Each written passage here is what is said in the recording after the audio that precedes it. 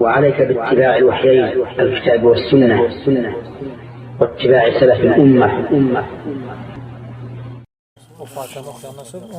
Doğrusunu Allah bilir axı. İmamın arxasında imama tabi olan Fatihə surəsini oxumalıdır ya yox?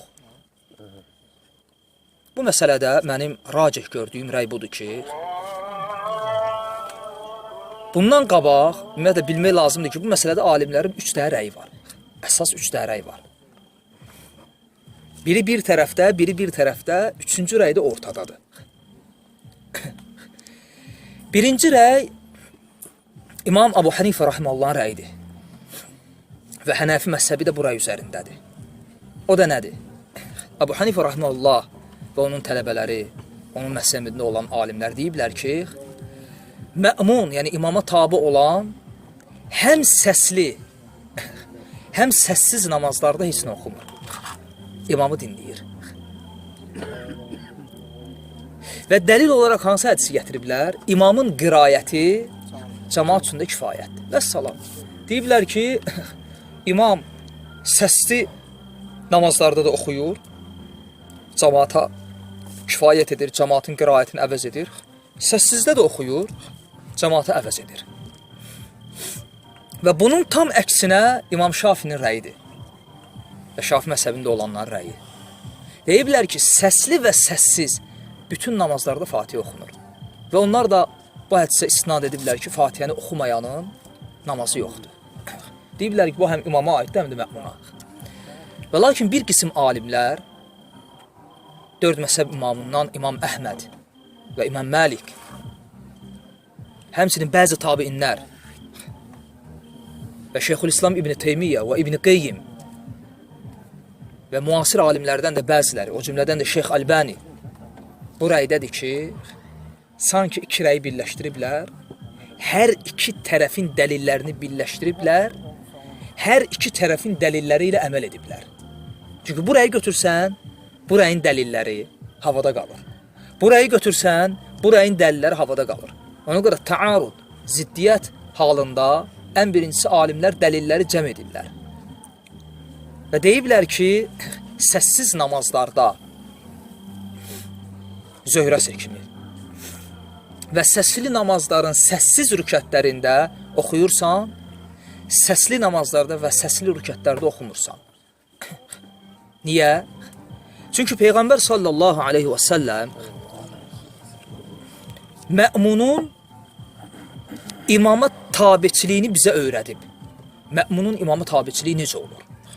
Yəni, məsələn, imam namazda əllərini göbəkdən aşağı tutsa, sən deyirsənmi ki, mən mə'munam, imama tabi olmalıyam, mən də göbəkdən aşağı tutmalıyam? Deyirsən? Gözəl. Deməli, bu məsələdə mə'munun imama tabiçiliyi yoxdur ki, imam təşəhhüddə barmağını qaldırmır. Sən qaldırırsan, sən deyirsənmi ki, mən mə'munam, imama tabiçilik babından mən də qaldırmalı deyiləm?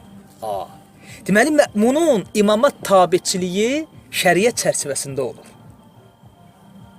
Və görün, Peyğəmbər sallallahu aleyhi və səlləm mə'mun imama necə və nə formada tabi olmalıdır, onu necə deyir?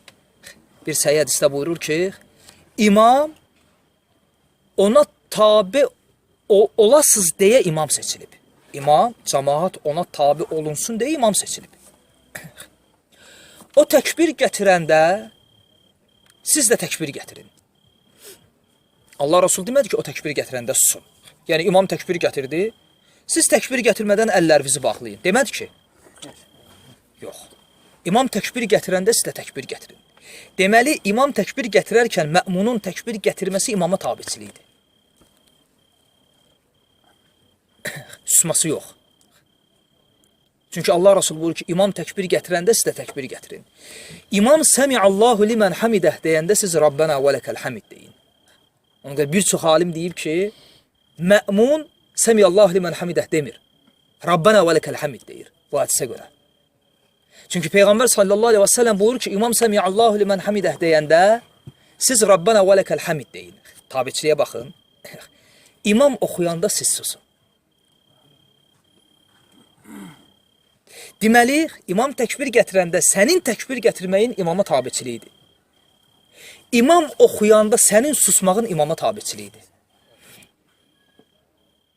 Və deyilsə ki, bəs o hədis ki, Fatihəni oxumayanın namazı yoxdur. Bəli, bu hədis heç kəs inkar eləmir. Doğrudan da Fatihəni oxumayan namazı yoxdur. Və lakin, cəmaat namazında, səsli rükətlərdə xassətən imam oxuyur axı. Və imamın qirayəti də cəmaatın qirayətini əvəz eləyir. Biz dedik ki, Fatihəni oxumayan namazı yoxdur, eləmi? Sual verirəm. Həmin namazda Fatihə oxunur, oxunmur? Oxunur. İndi biri desə ki, yox, hər kəs ayrı-ayrı. Buna cavab nədir? Sütrə. Sütrə, namaz qılan önündə sütrənin olması, sütrəyə yaxın qılması, bəzi alimlərə görə sünnədir, bəzilərinə görə vacibdir. Alə kulli hal, cəmaat namazında imamın sütrəsi cəmaatın sütrəsidir ya yox? Yoxsa cəmaat hamı qabağına nəsə qoyur? Cəmaat namazında cəmaatın qabağından kimsə keçə bilər? Bəli. Çünki imamın sütrəsi cəmaatın sütrəsini əvəz edir. Dəlil? Allah Rasulü buyurur ki, imamın sütrəsi cəmaatın sütrəsini əvəz edir. Bunu deyən Rasulullah deyir ki, imamın qirayəti cəmaatın qirayətini əvəz edir. Nə fərqi var? Niyə sütrədə götürüb, qirayətdə götürmürsən? O iki. Və üçüncüsü, İbn-i Teymiyyə Rəhməllah deyir ki, bu babda bizim əlimizdə qəti dəlil var. O da nədir? Allah Subhanahu taala bu ayəsi ki, və izə quri'əl Qur'an fəstəmi'u ləh və ansitu ləalləkum turhamun. Qur'an oxunan zaman susun, kifayətləmir və onu dinləyin ki, sizə rəhm olunsun. Və İmam Əhməd deyir ki, bu ayə var, Qur'an oxunan zaman susun və onu dinləyin. Bu əmr var, bu ayə. Namaz barədə nazil olub. Yəni, ayənin mənası, İmam Əhməd deyir ki, yəni, namaz qılarkən, imam Quran oxuyarkən susun və onu dinləyin ki, sizə rəhm olunsun. Aydındır. Və dördüncüsü, tabiinlərdən biri gəlib sahabələrdən birinə sual verir.